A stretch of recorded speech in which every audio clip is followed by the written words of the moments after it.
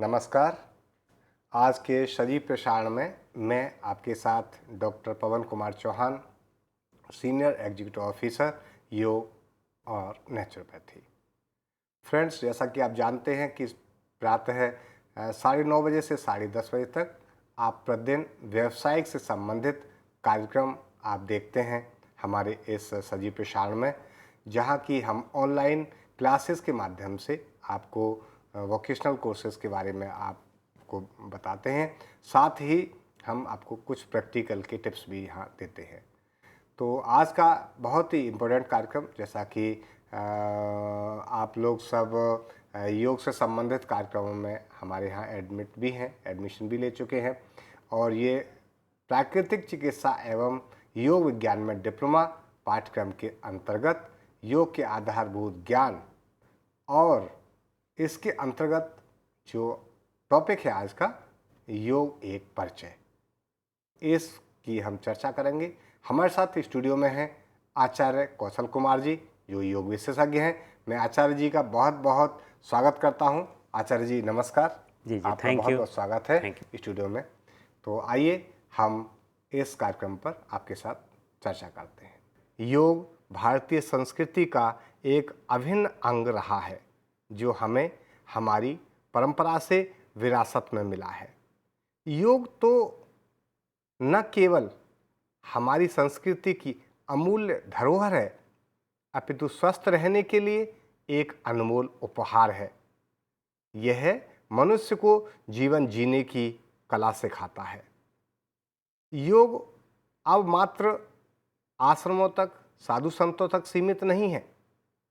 अब आप यह देखें तो योग ने हमारे दैनिक जीवन में अपना स्थान बना लिया है, और ख़ास तौर से ऐसे समय में जबकि एक ग्लोबल इमरजेंसी पूरे विश्व भर में, यानी कि आपातकालीन स्थिति का दौर, जिसमें कि लोग बहुत डरे हुए, घबराए हुए और स्वस्थ रहने के लिए, इम्यूनिटी बढ़ाने के लिए एक नई नई चीज़ें उसमें खोज रहे हैं। ऐसे में योग ने दिया है सबको सहारा, और योग के माध्यम से लोगों में स्वस्थ रहने की जहाँ पर कामना बढ़ी, लोग स्वस्थ हुए, वहीं उनकी इम्यूनिटी बढ़ी, और उस जो आपातकालीन स्थिति, बीमारी कोरोना काल से भी बचाने में योग सक्षम रहा है। तो आज योग हमारे जीवन में पूरी तरह से सम्मिलित है। तो यहाँ मैं सबसे पहले प्रकाश डालना चाहूँगा। हम आगे इस यूनिट में बढ़ें, इससे पहले मैं आचार्य जी से ये प्रश्न रखता हूँ कि आचार्य जी, जैसा कि लोग सभी आजकल योग पर पूरा भरोसा किए हुए हैं, योग के माध्यम से कहाँ तक लोगों को इस कोरोना काल में, इस आपातकालीन स्थिति में अपने आप को स्वस्थ रहने के लिए और पूरी तरह से उससे छुटकारा पाने के लिए लोगों ने प्रयास किया है? चौहान साहब नमस्कार जी। और मेरे दर्शकों सबको नमस्कार। जैसा कि चौहान साहब का प्रश्न है कि योग कितना उपादेय हुआ है आज के हमारे इस जो ग्लोबल इमरजेंसी है, इस समस्या के निदान में। वास्तव में योग ही एक ऐसी पद्धति है जो आज के जीवन में आप उस पर पूर्ण विश्वास कर सकते हैं, और योग पर इसलिए विश्वास कर सकते हैं, योग इसलिए आज बहुत उपादेय है, उसका प्रेवलेंस इसलिए आज बहुत इम्पॉर्टेंट है, उसकी इम्पॉर्टेंस इसलिए आज बहुत बढ़ गई है, क्योंकि योग एक ऐसी पद्धति है जो आपको किसी एक चीज़ का ध्यान नहीं करवाती है, वह आपके संपूर्ण पक्षों को लेकर चलती है। शारीरिक पक्ष, अब शारीरिक पक्ष में जैसे कि हमारी इम्यूनिटी है, जो इम्यूनिटी की चर्चा हुई, उससे हम योग का यदि अभ्यास करते हैं तो हमारी इम्यूनिटी ट्रेमेंडसली बढ़ जाती है। इतनी बढ़ जाती है कि आपको रोग आने की संभावनाएं ही नहीं रहती हैं। तो स्वाभाविक सी बात है कि अगर आपकी इम्यूनिटी बहुत तेज़ है तो आप बाहर की सारी चीज़ों से बहुत सफलतापूर्वक लड़ सकते हैं, आपको शरीर में रोग नहीं होगा, और बाहर के जो वायरस हैं, बैक्टीरिया हैं, यह भी आपके ऊपर प्रकोपित नहीं हो पाएंगे। दूसरा, अब केवल शरीर की ही बात नहीं है, योग हमारे मन और भावनाओं पर ज़्यादा कार्य करता है। शरीर, हमारे यहाँ योग में शरीर को सेकेंडरी स्थान दिया गया है, प्राथमिक स्थान हमारे मन और भावनाओं को दिया गया है, बुद्धि को दिया गया है, क्योंकि मन ही हमारी शरीर को चलाता है। और हम मनुष्य इसलिए हैं कि मननात् मनुष्य, मनन करने की शक्ति के कारण हम मनुष्य हैं। योग वह हमारे मन पर इतना ज़बरदस्त नियंत्रण दे देता है कि हम अपने आप पर ही शरीर पर और इंद्रियों पर स्वतः कंट्रोल कर लेते हैं। होता ये है कि जब हमें कहीं कोई, जैसे अब ग्लोबल इमरजेंसी है, आप ये देखें कि इस स्थिति में सारे लोग जितना जितना कोरोना से भय नहीं है, जितना उतना कोरोना के से की वजह से मृत्यु का जो भय है, वह भय उतना हमें परेशान कर रहा है, वह ज़्यादा भय परेशान कर रहा है। और ढेर सारे लोगों को, हम यहाँ तक भी रिपोर्ट आई है कि उनको अगर यह थोड़ा सा पता चल गया, बेशक उससे कुछ लक्षण आ गए, जो आजकल लक्षण आ रहे हैं कोरोना के, केवल जुकाम खांसी के लक्षण आ गए, तो इस लक्षण में भी बेचारे इतने परेशान हो जाते हैं कि कुछ लोग जो है उनका अंत हो जाता है, क्योंकि वे इतने भयक्रांत होते हैं। योग पद्धति के साथ सबसे बड़ी चीज़ है कि आप रोग की स्थिति से तो लड़ ही लेते हैं, रोग के जो भय है उससे ज़्यादा लड़ लेते हैं, क्योंकि आपका रोग किसी भी प्रकार का आपको भय ही नहीं रहता है, आप भय मुक्त हो जाते हैं।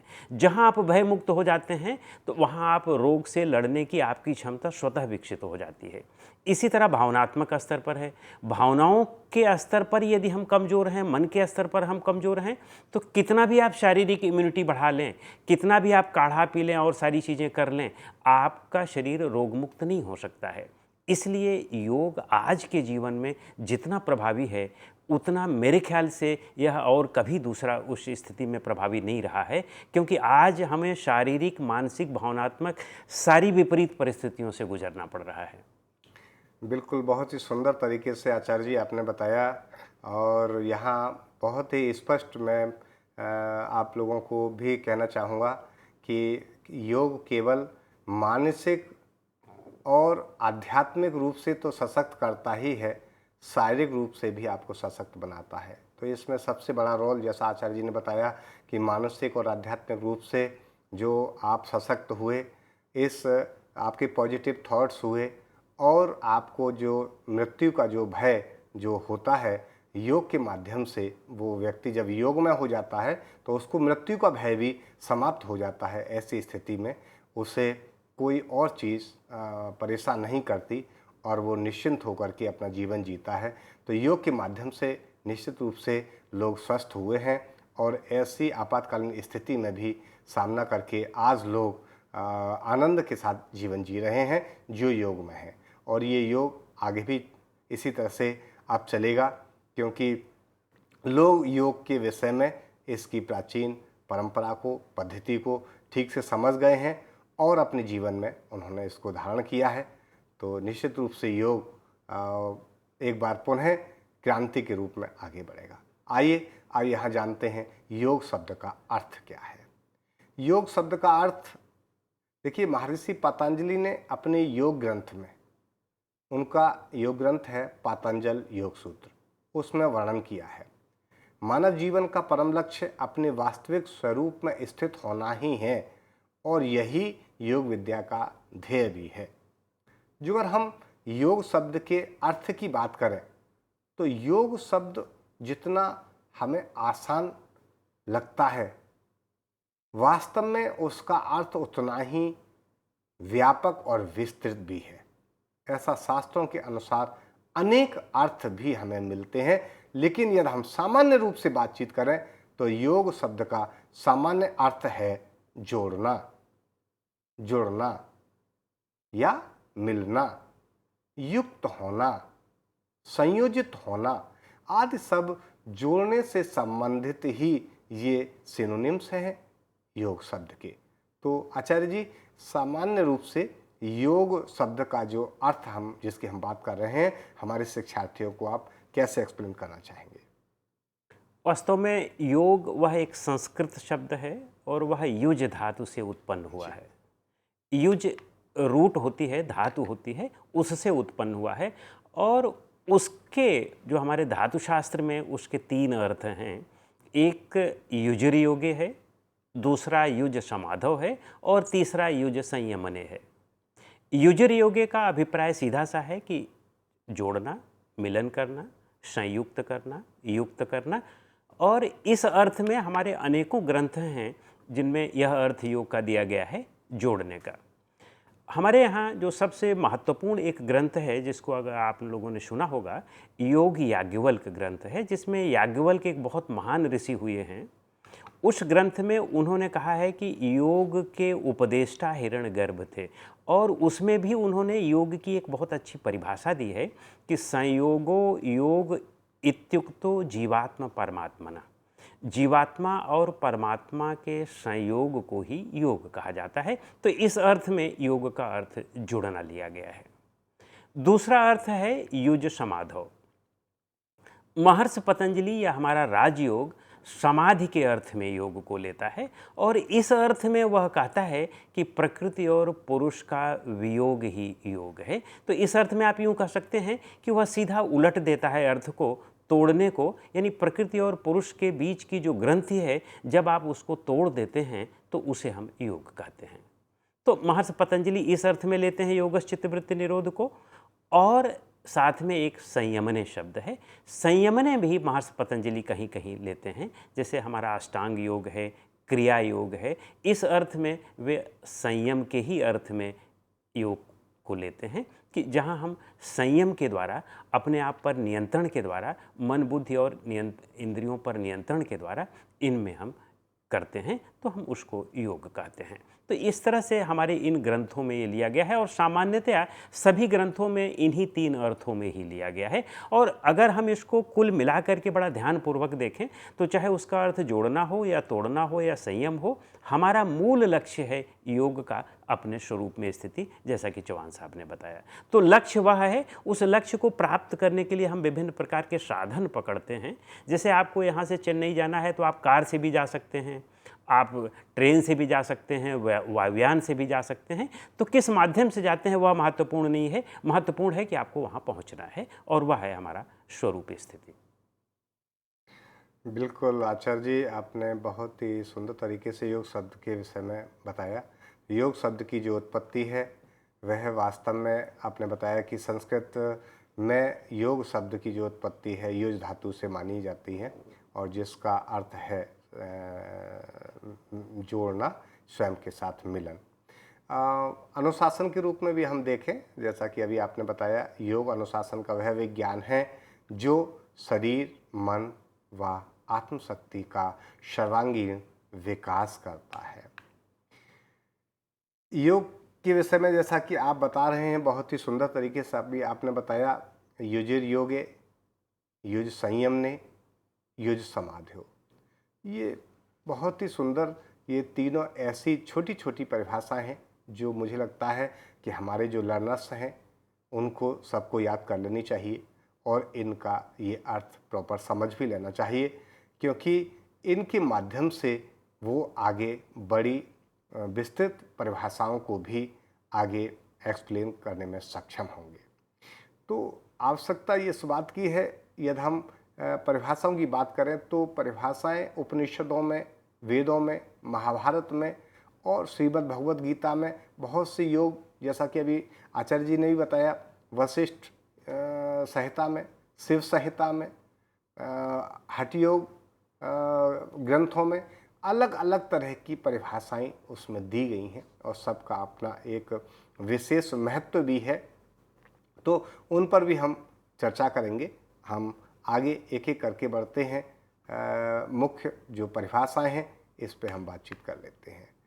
तो आचार्य जी, यदि हम मुख्य परिभाषाओं की बातचीत करें, जैसा कि उपनिषदों में, वेदों में ये सब चीज़ें आई हैं, और राजयोग में भी बड़ा अद्भुत उल्लेख मिलता है। श्रीमद् भगवद गीता में भी ज्ञान योग का, भक्ति योग का, कर्म योग का, ख़ास तौर से ये बड़ा अद्भुत संयम जो है, संयोग जो है वो वहाँ पे मिलता है। तो यदि हम मुख्य परिभाषाओं में अपने लर्नर्स के हिसाब से हम चलें, कंटेंट के हिसाब से चलें, तो जैसा कि आपने अभी प्रकाश डाला, योगश्च चित्तवृत्ति निरोध है।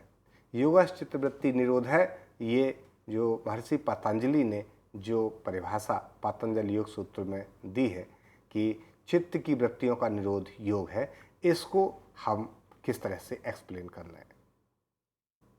योगश्च चित्तवृत्ति निरोधा, इसमें 4 पद बनते हैं। पहला है योग, दूसरा है चित्त, और तीसरा है वृत्ति, और चौथा है निरोध। योग एक ऐसी स्थिति वह कह रहे हैं कि योग वह मन की स्थिति है जिसमें जब आपकी चित्त की वृत्तियां बिल्कुल निरुद्ध हो जाती हैं, ठहर जाती हैं, तब आप जिस मन की स्थिति में पहुंचते हैं उसको हम योग कहते हैं। और इसी के लिए उन्होंने अपने इस सूत्र में जो योग सूत्र उन्होंने लिखा है, उसके तीसरे सूत्र में, जो दूसरा सूत्र तो है योगस् चित्त वृत्ति निरोधा, तीसरे सूत्र में वो कहते हैं तदा दृष्टु स्वरूपे अवस्थानम। जब आपकी सारी चित्त की वृत्तियां ठहर जाती हैं तब आप अपने आप में आ जाते हैं।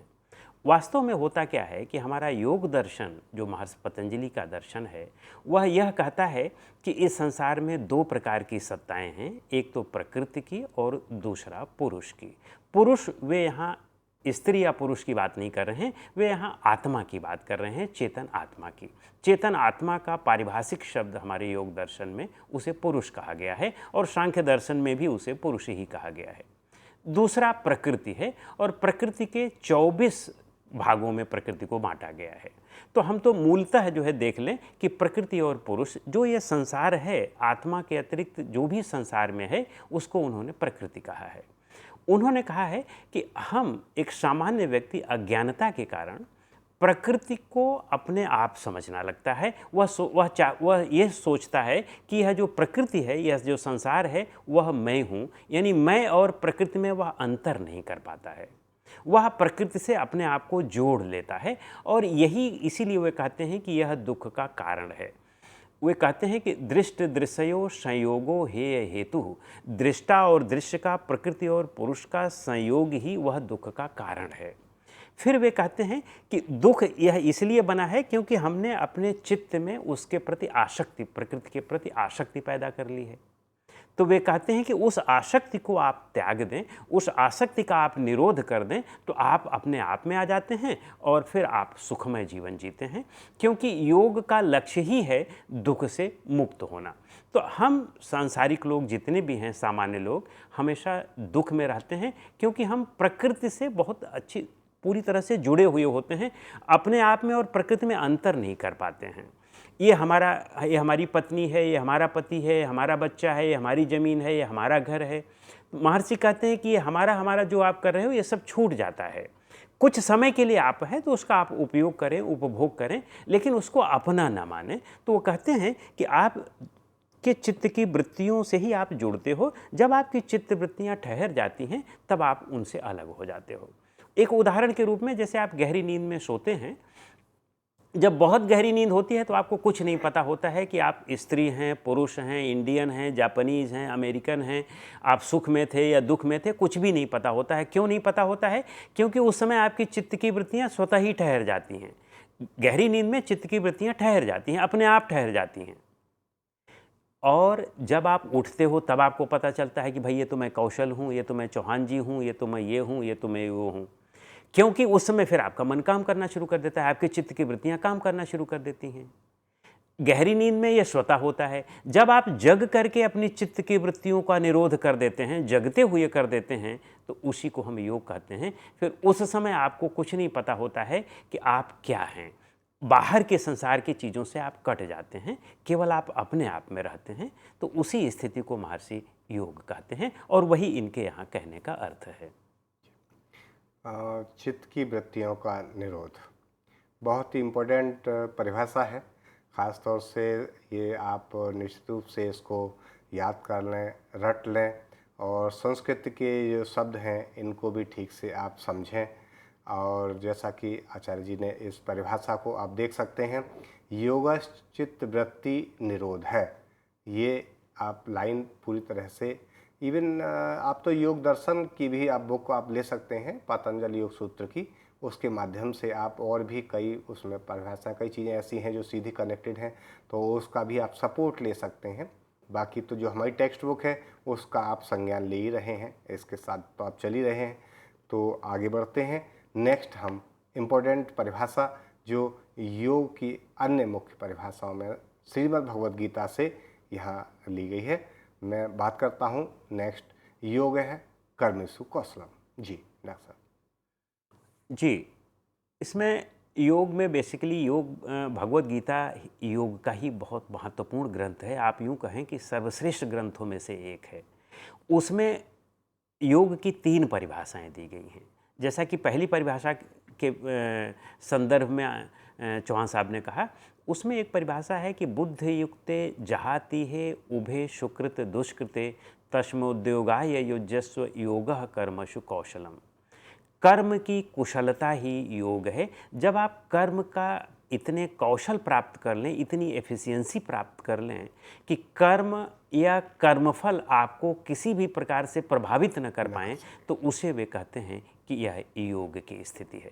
यानी कहने का अभिप्राय उनकी ये है कि आप सामान्यतः, हम लोग जो सामान्य लोग काम करते हैं, वे कर्म और कर्मफल से प्रभावित होकर के कार्य करते हैं कि हमें ये काम हम कर रहे हैं तो हमें इसका यह फल मिलेगा। भगवत गीता कहती है, भगवान कृष्ण कहते हैं, श्री वेदव्यास जी कहते हैं कि नहीं, कर्म आप जो कर रहे हैं, कर्म करना तो आपका स्वभाव ही है, बिना कर्म किए आप नहीं रह सकते हैं। कर्म करना आपका स्वभाव है, बिना कर्म किए रहा नहीं जा सकता है, लेकिन वह कर्म, वह स्वार्थ रहित होना चाहिए, फल की इच्छा से रहित होना चाहिए। क्योंकि यदि आप फल की इच्छा से काम करते हैं, तब आप काम बेहतर ढंग से कर ही नहीं सकते हैं, क्योंकि आपका पूरा मन उसके फल में और उसके कर्म में लगा रहेगा, और इसीलिए हम थक जाते हैं, हम परेशान हो जाते हैं, हम दुखी हो जाते हैं। भगवत गीता में कहा गया है, नहीं, यदि आप कर्म कर रहे हैं और उससे आपको दुख प्राप्त कर रहा है, तो इसका मतलब आपका कर्म करने का तरीका गलत है, आप कुशलतापूर्वक कर्म नहीं कर रहे हैं। कुशलतापूर्वक कर्म करने का मतलब है कि आप कर्म करें और आपको और एनर्जी मिले, और वह एनर्जी आपको तभी मिल सकती है जब आप स्वार्थ रहित होकर के कार्य करते हैं, और जब आप इच्छा से रहित होकर के कार्य करते हैं। तो कर्म की कुशलता का यहाँ पर उनके यही अर्थ है कि स्वार्थ रहित होकर के कार्य करें। फल तो मिलना ही मिलना होता है, कोई भी कार्य करें बिना फल के तो रह ही नहीं सकते हैं, उसका फल तो मिलेगा ही मिलेगा, और जितना बेहतर करेंगे उतना बेहतर मिलेगा। तो जब आप ये दृष्टि रख करके करते हैं तो बहुत बेहतर फल मिलता है, और इतना बढ़िया फल भी मिलता है, और आपको सुख भी मिलता है, शांति भी मिलती है। तो यही यहाँ पर उनके कहने का अर्थ है। बहुत ही सुंदर तरीके से योग है कर्मेषु कौशलम जो परिभाषा है उसका आचार्य कौशल जी ने प्रॉपर एक्सप्लेनेशन किया, और आपको मुझे लगता है कि बिल्कुल निश्चित रूप से समझ आया होगा। और जो कर्म करने की बात है, ये वास्तविकता है कि हम बिना कर्म किए रह ही नहीं सकते, कर्म तो हमें करना ही है, न चाहते हुए भी कर्म। तो यहाँ हम आगे बढ़ें योग है कर्मेषु कौशलम की परिभाषा से, एक छोटा सा यहाँ हम ब्रेक ले लेते हैं, और योग की अन्य परिभाषाओं पर हम आगे चर्चा करें। इस कार्यक्रम में आज हम एक महत्वपूर्ण चीज़ प्रैक्टिकल के माध्यम से कि सर्वाइकल और स्पॉन्डिलाइटिस जैसी आज बीमारियां लोगों को ज़्यादातर हो रही हैं, ऑफिसेज में लगातार काम करके या लगातार घर में बैठे रहने से, तो उस पर भी हम आपके साथ चर्चा करेंगे। यहाँ हम एक छोटा सा ब्रेक ले लेते हैं, कहीं जाइए नहीं, हमारे साथ बने रहिए जी।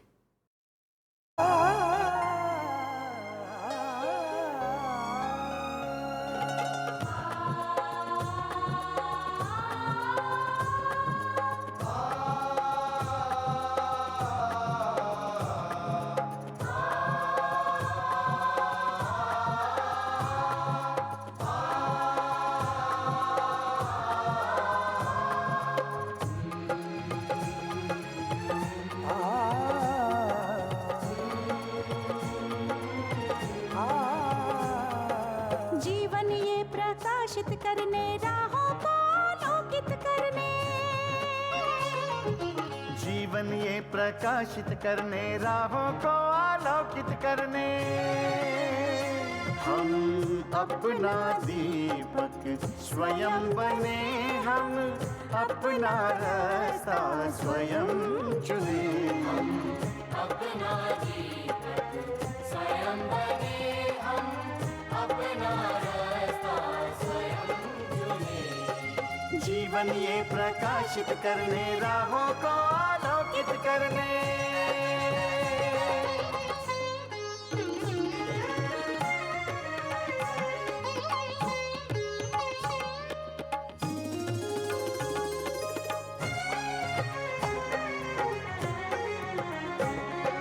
धन साधन समय की सीमा से विद्यालय जो मुक्त हो,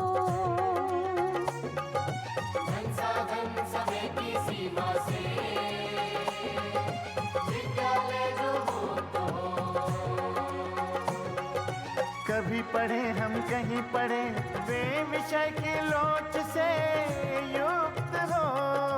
कभी पढ़े हम कहीं पढ़े वे विषय की लोच से युक्त हो। मित्रों हम उठे और जागे, मंजिल आने की ध्वनि सुने हम, अपना दीपक स्वयं बने हम, अपना रास्ता स्वयं चुने। जीवन ये प्रकाशित करने, राहों को आलोकित करने।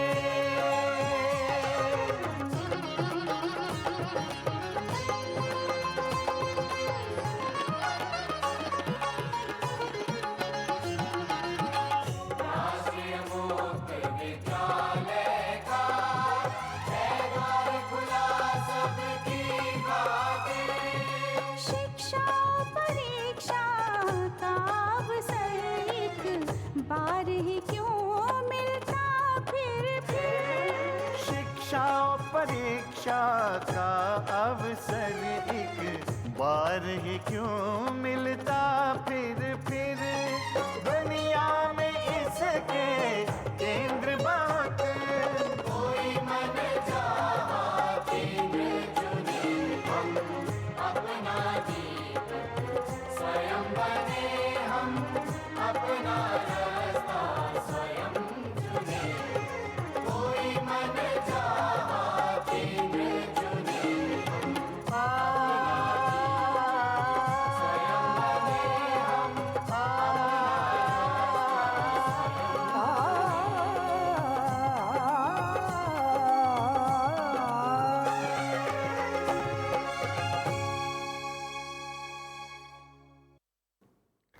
तो एक बार पुनः आपका फिर इस कार्यक्रम में स्वागत है। और जैसा कि आप जानते हैं कि ये सजीव प्रसारण है प्राकृतिक चिकित्सा एवं योग विज्ञान में डिप्लोमा पाठ्यक्रम के अंतर्गत योग के आधारभूत ज्ञान पेपर में आप देख रहे हैं योग एक परिचय। और योग एक परिचय पर हम डिस्कशन कर रहे हैं। मेरे साथ हैं आचार्य जी, आचार्य कौशल कुमार। मैं एक बार पुनः कौशल जी का भी स्वागत करता हूं। बहुत बहुत स्वागत आपका। और हम बात कर रहे थे योग की कुछ मुख्य परिभाषाओं की, जिसमें हमने कई परिभाषाएं डिस्कस की और मुख्य रूप से 2-3 परिभाषाओं पर हमने फोकस किया। और अगली परिभाषा भी श्रीमद् भगवद गीता से ही समत्वम योग उच्यते, समत्व ही योग है। ये समत्व में रहना योग कैसे है, आइए इसकी हम बात करते हैं। आचार्य जी इसके बारे में एक्सप्लेन करेंगे।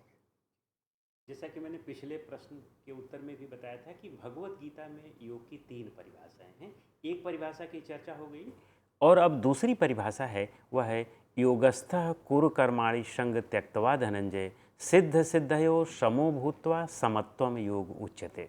समता ही योग है। समता का यहाँ अभिप्राय है कि आप सिद्ध और असिद्धि में, यानी सफलता और असफलता में, दोनों में समान रहें। और यह समानता किस तरह से संभव है? एक सामान्य आदमी इस तरह की समानता नहीं कर पाता है। एक जो सामान्य व्यक्ति है वह जब सिद्धि होती है तो उसमें बड़ा प्रसन्न हो जाता है, फूला नहीं समाता है, और जब असिद्धि होती है, किसी भी प्रकार की असफलता मिलती है तो परेशान हो जाता है, क्षीण हो जाता है, कमज़ोर हो जाता है और परेशान काफ़ी हो जाता है, दुखी हो जाता है। यहाँ पर कहा गया है कि आप दोनों में सम रहें, क्योंकि जो आप सिद्धि में प्रसन्न भी हो रहे हैं वह ज़्यादा दिन तक नहीं रहने वाली है, और असिद्धि जो है, जो आपकी असफलता है, वह भी ज़्यादा दिन तक नहीं रहने वाली है। क्योंकि यह प्रकृति का नियम है कि सिद्धि के बाद असिद्धि और असिद्धि के बाद सिद्धि, यह दोनों चलते रहते हैं। और ऊपर नीचे तो होना ये प्रकृति का स्वभाव है, संसार का स्वभाव है। कोई भी संसार में ऐसा नहीं रहा है कि जो सदैव विजयी ही विजयी रहा हो, और कोई भी ऐसा नहीं रहा है कि जो सदैव हारा ही हारा रहा हो। तो यह मूलतः अगर आप भगवत गीता पढ़ें या हमारे योग ग्रंथों का अवलोकन करें तो उसमें जो भी यह सिद्ध या असिद्ध की बात आती है, यह वस्तुतः हमारे मन की बनाई हुई होती है। हमारे माने सुख या दुख हमारे मन का क्रिएशन होता है।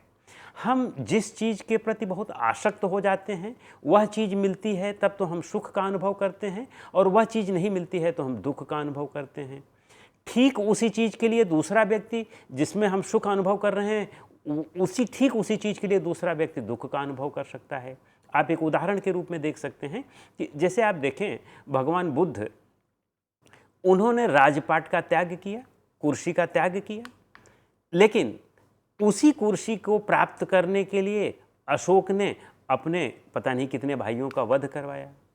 उसी कुर्सी को प्राप्त करने के लिए भगवान बुद्ध के समय में ही अजातशत्रु थे, बिंबिसार थे, बिंबिसार के पुत्र अजातशत्रु थे और बिंबिसार भगवान बुद्ध के मित्र थे, उनके बहुत परम शिष्यों में से थे।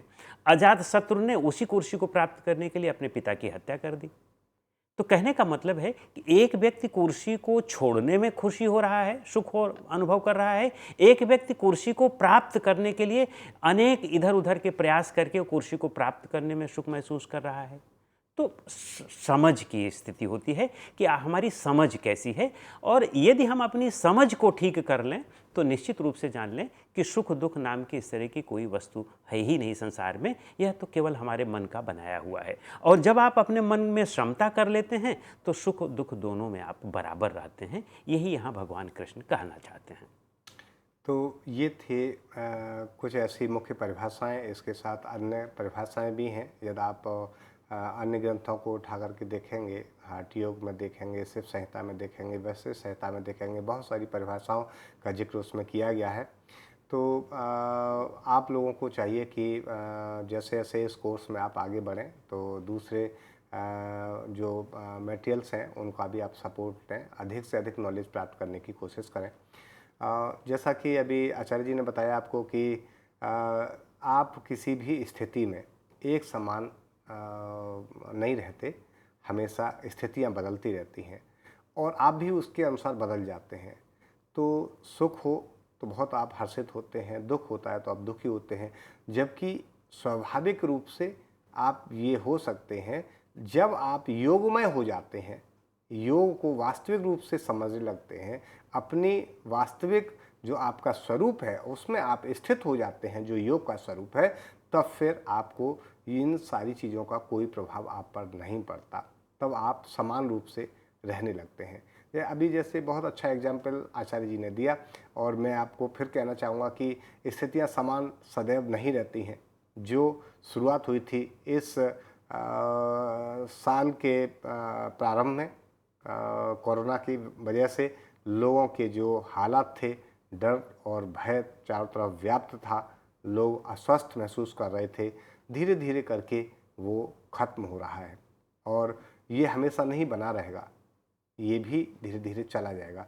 तो स्थितियां तो बदलती हैं, लेकिन अब ऐसी स्थिति में बहुत सारे लोग ऐसे हुए जो अपनी उनकी सीमाएं थी वो समाप्त हो गई, या इतने घबरा गए कि उनको जरा सा लक्षण कुछ लगे, सर्दी जुकाम खांसी हो रहा है, उन्हें लगा कि शायद मुझे कोरोना हो गया। बहुत सारे लोगों को हार्ट अटैक हो गया, बहुत सारे लोग हॉस्पिटल में एडमिट हो गए, वहीं उन्होंने दम तोड़ दिया। और बहुत सारे लोग जिनको कोरोना वास्तव में हो भी गया, वो लोग अपने आप को हिम्मत के साथ में जुटाए रहे और पॉजिटिव थॉट्स के साथ योगमय हो करके वो डटे रहे अपने मोर्चे पर, और उन्होंने जीवन में सफलता पाई। बहुत सारे लोग हॉस्पिटल से ठीक से बच करके आए और उन्होंने अपनी जो स्थिति थी उसको बयान किया। तो ऐसा नहीं है, ये निश्चित रूप से इस बात का संकेत है कि यदि हमारा जीवन वास्तव में योगमय जीवन हो जाता है तो हम निश्चित रूप से सारी परिस्थितियों से लड़ने में सक्षम होते हैं। जैसे कि आपका कोई भी जहाँ आपका कार्यस्थल है, आपका ऑफिस का कार्यस्थल हो सकता है, आप जहाँ बिजनेस करते हैं वो आपका कार्यस्थल हो सकता है, तो वहाँ भी बहुत सारी चीज़ें ऐसी हैं जो आपके मन के अनुसार नहीं चलती, लेकिन फिर भी आपको यदि आप योगमय जीवन जीते हैं तो निश्चित रूप से सामंजस्य आप बना लेंगे और उन परिस्थितियों से लड़ना आपको आ जाएगा। बहुत सारे लोग टेंशन बिल्कुल नहीं लेते हैं, लेकिन अधिकांशतः लोग ये देखा है कि हर जगह छोटी छोटी चीज़ों पर भी बहुत बड़ा तनाव ले लेते हैं, जिसकी वजह से उनकी शारीरिक स्थिति खराब होती है और जीवन उनका अस्वस्थ हो जाता है। तो ये जीवन शैली है, इसको हम ठीक रखें। जैसा कि मैंने आपको इससे पहले बताया भी था कि हम बातचीत करेंगे जो सर्वाइकल की जो प्रॉब्लम लोगों को ख़ास तौर से चल रही है और स्पॉन्डिलाइटिस लोगों को हो रही है, यानी कि सर्वाइकल जो हमारे कंधों से संबंधित, जो हमारे गर्दन से संबंधित जो विकार हैं वो अक्सर लोगों में हो रहे हैं, क्योंकि या तो लोग घर में बैठे बैठे बहुत टाइम से वो थकान वहाँ हो रही है, उनका बाहर घूमना नहीं हो पाया प्रॉपर, अब निकलना शुरू किया है। और बहुत सारे लोग हैं जो लगातार ड्राइव कर रहे हैं, क्योंकि अभी इतना साधन लोगों के पास नहीं है। तो बस और ट्रेन की सुविधा चूँकि प्रॉपर अभी नहीं है, इसलिए लोग अपने साधनों से ऑफिस जा रहे हैं, अपने काम पर जा रहे हैं। तो लोगों का थोड़ा सा कहीं ना कहीं अस्वस्थ होना स्वाभाविक है। तो इसके लिए आचार्य जी हम किस तरह के योग की शुरुआत लोगों को करा सकते हैं? ये आपका प्रश्न बड़ा समीचीन है। आज की जो दिनचर्या है, और केवल कोरोना काल की ही नहीं, वैसे भी हम लोग अब ज़्यादा सेडेंट्री लाइफस्टाइल जीने लगे हैं, यानी कि आराम तलबी की जीवन शैली हो गई है। ज़्यादा व्यायाम नहीं रह गया है, और यदि व्यायाम हम नहीं भी करते हैं, माने कुछ बाहर स्कोप नहीं भी है, तो हम घर पे तो कर ही सकते हैं, तो वह चीज़ भी हम नहीं करते हैं। बहुत आराम तलब जीवन शैली हो गई है। कंप्यूटर पर ज़्यादा देर तक काम करते रहना, कुर्सी पर ज़्यादा देर तक बैठे रहना, या आप जो भी कार्य कर रहे हैं उसमें स्थिर होकर के ज़्यादा देर तक रहना, तो इस स्थिति में ये समस्याएं होने की संभावना बढ़ जाती है। और यहाँ तक कि आजकल तो बच्चों में होने लगा है। हम अपने पढ़ाई के समय में, मुझे याद है कि हम लोग सर्वाइकल नाम की चीज़ ही नहीं जानते थे। ब्लड प्रेशर हुआ, हार्ट प्रॉब्लम हुआ, ये सब जानते ही नहीं थे। और अब आप अगर स्कूलों में जाएं, तो आप स्कूलों में अगर बात करें तो उसमें से एक क्लास में ज़रूर 1-2 बच्चे निकल आएंगे जिनको सर्वाइकल हुई है। कारण क्या है? कारण यह है कि एक तो हमारी जो इस तरह की लाइफ स्टाइल हो गई है, दूसरा हमारा पोस्चर गलत हो गया है। हम हमेशा टेढ़े होकर के बैठते हैं। गर्दन अगर हमारी ये है तो गर्दन में हम टेढ़े होकर के बैठते हैं, कमर से टेढ़े होकर के बैठते हैं, पीठ से टेढ़े होकर के बैठते हैं, और इस वजह से हमें ये समस्या आना बड़ा स्वाभाविक हो जाता है। एक कारण ये हुआ। दूसरा कारण हमारा जो व्यायाम है, हमें व्यायाम निश्चित रूप से सदैव करते रहना चाहिए। प्रतिदिन व्यायाम कुछ न कुछ समय अपने ऊपर हमें ज़रूर देना चाहिए। तीसरा, हम शारीरिक परिश्रम कर नहीं रहे हैं, और मानसिक परिश्रम हमारा बहुत हो रहा है। मानसिक परिश्रम इस सेंस में हो रहा है कि हम बहुत जल्दी बढ़ना चाहते हैं, बहुत महत्वाकांक्षी हैं, बिना परिश्रम किए भी हम ढेर सारे कुछ प्राप्त करना चाहते हैं। तो उस स्थिति में मन का तनाव भी बहुत बढ़ जाता है, और मन के तनाव से भी ये सब समस्याएं हो जाती हैं। अब हम आते हैं सर्वाइकल पर। सर्वाइकल जो है वह बेसिकली हमारा जो स्पाइन है, ऊपर का भाग जो मेडुला से हमारी रीढ़ निकली हुई होती है, और उसकी 7 वर्टिब्रा होती हैं गर्दन में, उसको हम सर्वाइकल का रीजन कहते हैं। और उसमें 7 वर्टिब्रा होती हैं, और उन वर्टिब्राओं को आपस में जोड़ने के लिए डिस्क होती है। जब हम गलत पोस्चर में बैठते हैं तो वह डिस्क धीरे धीरे घिसने लगती है, या यदि हम उस पर ज़्यादा प्रेशर डालें तब भी वह घिसने लगती है।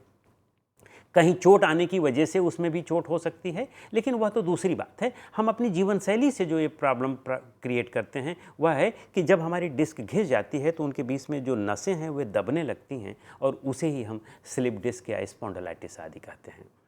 उसके लिए सबसे बेहतर हमारे यहाँ योग से अच्छा कोई इलाज नहीं है। यदि आप योग का अभ्यास करते हैं तो एक तो आपको ये समस्या हो ही नहीं सकती है, और अगर हो भी गई है तब भी आप योग करें तो आप उस समस्या से पूर्णतया मुक्त हो सकते हैं। अन्यथा ये समस्या आपको बेड पर ला देती है, इतनी घातक समस्या होती है। और यदि आप इसका इलाज भी करते हैं तो इलाज में यदि आप जैसे फिजियोथेरेपी आदि करते हैं तो उसमें भी आपको योग की ही क्रियाएँ बताई जाती हैं। या एक और इसका निदान होता है कि आदमी ऑपरेशन करवाए, लेकिन ऑपरेशन एक बार हो भी गया फिर दोबारा भी ऑपरेशन की नौबत आ सकती है। तो इसलिए योग से बेहतर और कुछ क्रिया नहीं है। योग में बस बेहतर सबसे महत्वपूर्ण चीज़ है कि आप अपने गर्दन को इस तरह से और इस तरह से 5-5 बार ले जाएं सजगता के साथ, फिर पीछे ले जाएं, फिर साइड में ऐसे ले जाएं, और फिर आधा रोटेशन कर लें। ध्यान रखें कि सर्वाइकल में हम आगे की ओर नहीं झुकाना होता है, क्योंकि हमारी डिस्क जो है अगर हम आगे की ओर झुकाते हैं तो डिस्क आगे ही होती है, और वह डिस्क में और ज़्यादा हानि हो जाती है, तो इसलिए आगे नहीं झुकाना चाहिए। तो हम इस तरह से अगर करें, या हम अपने दोनों हाथ की उंगलियों को इंटरलॉक करके यहाँ पर रख करके ऐसे करें अच्छे प्रेशर के साथ, या करें इस तरह से करें और इस तरह से करें, तो इतने मात्र से मुझे नहीं लगता है कि आपको 15 से 20 दिन में कम से कम 60-70% आराम मिल जाएगा, जिसके लिए आप रोज़ अस्पतालों के चक्कर लगाते हैं। सिर्फ आप 5 मिनट के समय अगर इसमें दें तो आप सर्वाइकल की समस्या से मुक्त हो सकते हैं, जीवन भर के लिए मुक्त हो सकते हैं। न तो आपको ऑपरेशन करवाने की ज़रूरत पड़ेगी, न तो आपको दवा लेने की ज़रूरत पड़ेगी। योग इतनी ताकतवर चीज़ है, हमें उसका महत्व नहीं मालूम है। और सबसे महत्वपूर्ण बात यह है कि आप विदेशियों को देखें तो वे इस पर कितना महत्व इसे देते हैं। हमारे देश में इतना महत्व इसको दिए नहीं जाता है, क्योंकि घर की मूली शाक बराबर होती है। हमारे घर में ही पैदा हुआ है तो हम सोचते हैं कि हम इसके विषय में जानते हैं, और इसीलिए हम उसका अभ्यास नहीं करते हैं। तो फ्रेंड्स, ये आचार्य जी ने बहुत ही सुंदर तरीके से आपको बताया कि छोटी छोटी ये क्रियाएं हैं जो गर्दन से संबंधित हैं। इनको यदि आप नित्य प्रतिदिन नियम से आप करते हैं तो निश्चित रूप से आप इससे छुटकारा पा सकते हैं, आपको होगा ही नहीं। और योगमय जीवन जीना जो है वो वाकई बहुत आवश्यक है यदि वास्तव में आप। अच्छा, एक चीज़ और भी है, कई बार ये देखा गया है कि लोग केवल ये सोचते हैं कि योग का अभ्यास यदि हम कर लेते हैं तो हमारा योगमय जीवन हो जाएगा। देखिए, ऐसा नहीं है। जैसा कि अभी परिभाषाओं से भी स्पष्ट किया गया, आपको अपने जीवन में योग को यदि लाना है तो आपके जो विचार हैं सकारात्मक वो होंगे, आपके अंदर एक strong will power automatically create हो जाएगी, आपकी जो भावनाएं हैं वो बदल जाएंगी। दूसरों के प्रति, जैसा कि अभी हम आगे के यूनिट में भी पढ़ेंगे अष्टांग योग के अंतर्गत, तो दूसरों के प्रति जैसे अहिंसा का भाव है, हमारा सत्य का बोलना है, हमारे सही कामों को करना है, नियम पालन करना है, ईश्वर प्राणिधान करना है, ब्रह्मचर्य में रहना है। और दूसरे लोगों के प्रति तनाव बिल्कुल आप रखेंगे नहीं जब आप ऑटोमेटिकली इन सब नियमों का पालन करेंगे। तो यही योगमय जीवन है, इसके लिए अलग से ऐसा कुछ नहीं है। अभी आप क्रोधित हो रहे हैं किसी पर, आप किसी इश्यू को लेकर के बहुत ज़्यादा अपना ब्लड प्रेशर बढ़ा रहे हैं, आप क्रोधित हो रहे हैं उसके ऊपर, जबकि वो आपको होना ही नहीं चाहिए। यदि किसी से कोई गलती हो गई है, बाई चांस उसने जानबूझकर भी किया है, तब भी उसको क्षमा की जो परिभाषा है वो आपको समझनी चाहिए, उसको आपको क्षमा करना चाहिए। और आप उस पर क्रोधित होने की बजाय उसको समझाएं, तो निश्चित रूप से आपको ना आपका ब्लड प्रेशर बढ़ेगा, ना आपका तनाव बढ़ेगा। तनाव नहीं बढ़ेगा तो आपके पाचन से संबंधित अन्य किसी प्रकार की प्रॉब्लम्स आपको, डिसऑर्डर्स आपको नहीं होंगे। और पाचन से संबंधित डिसऑर्डर्स यदि आपको नहीं होंगे तो बाकी जो अन्य रोग, क्योंकि सारा कुछ डिपेंड करता है आपके डाइजेस्टिव सिस्टम पर। डाइजेस्टिव सिस्टम में जब डिसऑर्डर्स क्रिएट होने शुरू हो जाते हैं जो पता नहीं चलते, बाद में आपको blood pressure, heart problem, diabetes, kidney problems, so many disease जो है वो क्रिएट हो जाती हैं। और कई बार तो आदमी मेंटली इतना डिप्रेस्ड हो जाता है कि वो हॉस्पिटल तक पहुंच जाता है। तो आइए हम सब योग से अपने आप को स्वस्थ रखें और अच्छी चीज़ें हम डेवलप करें, अच्छे विचार हम रखें। डॉक्टर साहब, मुझे लगता है कि थोड़ा सा हमारे पास अभी वक्त है, प्रैक्टिकल में हम थोड़ी सी चर्चा और कर सकते हैं। जैसा कि ये जो सर्वाइकल है इसमें लोगों को बहुत ज़्यादा प्रॉब्लम होती है। जैसा बताया कि कई बार लोगों को चक्कर आने लगते हैं, उल्टियाँ होने लगती हैं, घर से ऑफिस तक जाना मुश्किल हो जाता है। तो ये सब चीज़ें करने के लिए तो आपको हमने बताया कि किस तरह से आप इसको ठीक रख सकते हैं। इसके साथ ही हमने देखा है कि जो बैक से संबंधित लोगों को पेन, पॉस्चर की वजह से, जैसा कि अभी डॉक्टर साहब बता भी रहे थे, तो उस पॉस्चर को हम कैसे ठीक रखें, और बैक से संबंधित यदि किसी को पेन होने लगता है तो किस कारण से होता है, क्यों होता है, और इसको भी हम क्या योग के माध्यम से किस तरह से ठीक रख सकते हैं। बैक के लिए भी वही चीज़ लागू होती है। मूलतः सबसे पहले हमें इसके कारण में जाना चाहिए, क्योंकि योग जो है वह कारण का निदान करता है, जड़ से समस्या को दूर करता है। वह लक्षणों को नहीं दूर करता है। लक्षण तो वह कहता है कि अपने आप ही दूर हो जाएगा यदि आपने जड़ को काट दिया है। तो सबसे मूल बात यह है कि हमारी जो जीवन शैली है वह बहुत आराम तलबी की हो गई है। हम व्यायाम करना नहीं चाहते हैं, और व्यायाम बिना किए हुए स्वस्थ रहा नहीं जा सकता है। और हमारे यहाँ योग में बड़े सरल सरल व्यायाम हैं। हमारा सूक्ष्म व्यायाम, आप यूँ कहें कि मैं तो लगभग 32 साल से योग के फील्ड में हूँ। मैंने ये देखा है कि सूक्ष्म व्यायाम से जितना लोगों को लाभ मिला है उतना कठिन कठिन आसनों से नहीं मिला है। इतना सरल हमारे ऋषियों ने बनाया हुआ है, बहुत सरल, सरलतम विधि कि बच्चे से बच्चा से लेकर के बूढ़े से बूढ़ा, 90 साल का बूढ़ा भी उसको कर सकता है, 95 साल का बूढ़ा भी कर सकता है। अब हम अगर इतना भी नहीं करेंगे तो हम स्वास्थ्य की अपेक्षा कैसे कर सकते हैं?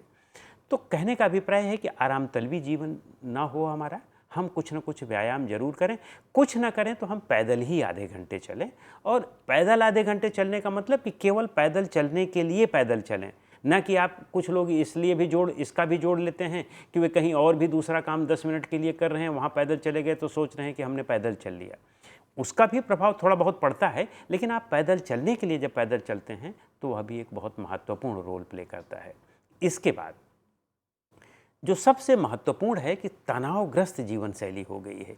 चूँकि हम बहुत यांत्रिक हो गए हैं तो हमारा तनाव में हमेशा रहते हैं, हमेशा हम सुख दुख के उलझन में व्यस्त रहते हैं, तो उससे हमारे स्ट्रेस हार्मोन बहुत निकलते हैं, और वही स्ट्रेस हार्मोन शरीर के जिस अंगों को कमज़ोर पाते हैं उसी अंगों को दबा देते हैं, उसी अंग को रोगग्रस्त कर देते हैं। तो ये दो मूल समस्याएं हैं। तीसरी मूल समस्या है कि हम भोजन भी अपना बड़ा अप्राकृतिक और अव्यवहारिक लेने लगे हैं। अप्राकृतिक भोजन लेने से, जैसा कि अभी चौहान साहब ने भी कहा, कि हमारा पाचन तंत्र कमज़ोर हो गया, और अगर पाचन तंत्र कमज़ोर हो गया तो आप लाख प्रयास कर लें, कितनी भी दवा ले लें, आप कुछ भी कर लें, आप स्वस्थ नहीं रह सकते हैं। तो इसलिए पाचन तंत्र को भी ठीक रखना होता है। योग हमारा इन तीनों चीज़ों पर ध्यान दे देता है। तो इसके लिए, जैसा कि आपने कहा, बैकएक के लिए बिल्कुल सीधा होकर के बैठें, जो भी कार्य करें सीधा होकर के करें, एक बात। दूसरा, प्रतिदिन जो कुछ आसन का नाम मैं बता रहा हूँ, यदि आप उसका अभ्यास करते हैं तो आपको पुराना से पुराना बैकएक होगा वह ठीक हो जाएगा। जो सबसे पहली चीज़ है कि खाना खाने के बाद 5 मिनट वज्रासन पर जरूर बैठें। अगर घुटने में आपको बहुत गंभीर समस्या नहीं है तो आप 5 मिनट वज्रासन पर जरूर बैठें। दूसरा, उल्टा लेट करके पेट के बल लेट जाएं और चिन को ज़मीन पर रख लें, दोनों हाथ को अपने थाई के अंदर नीचे रख लें, और एक पैर को सीधा सा थोड़ा सा उठाएं, घुटने से बिना मोड़े हुए। एक पैर को जितना आप आसानी से उठा सकते हो, 1 inch, 2 inch, 4 inch, 1 feet, 2 feet, 3 feet, जितना आप उठा सकते हो उठाएं, फिर नीचे लाएं, फिर दूसरे को उठाएं। इस तरह से आप 10-10 बार करें, और आप ये देखेंगे कि आप मुश्किल से 10 दिन में गंभीर से गंभीर, अगर आपको कमर दर्द है या बैकएक है, तो आप उससे बहुत जल्दी हफ्ते 2 हफ्ते में ही 50-60% से आप मुक्त हो जाएंगे। तो ये मुख्य रूप से आप अर्ध शलवासन और पूर्ण शलवासन की बातचीत कर रहे थे डॉक्टर साहब। इसके साथ आप भुजंगासन भी कर सकते हैं, और बाद में फिर आप धनुरासन भी कर सकते हैं। सूक्ष्म व्यायाम में आप हाथों के संधि संचालन के व्यायाम आप कर सकते हैं, कई प्रकार के आप निश्चित रूप से। यहाँ समय हमारा पूरा होने जा रहा है, हम आपके साथ विदा लेते हैं, क्योंकि अब नेक्स्ट कार्यक्रम भी दूसरा यहाँ से प्रसारित होगा, तो इसीलिए विदा लेना आवश्यक है। मैं आप सबका बहुत बहुत धन्यवाद देता हूँ। मुझे उम्मीद है कि आपको ये कार्यक्रम अच्छा लगा होगा, और मैं साथ ही धन्यवाद देता हूँ आचार्य कौशल कुमार जी का, जो हमारे साथ इस कार्यक्रम में जुड़े। बहुत बहुत धन्यवाद आपका आचार्य जी, और आप सभी का भी बहुत बहुत धन्यवाद। नमस्कार, जय हिंद, जय भारत।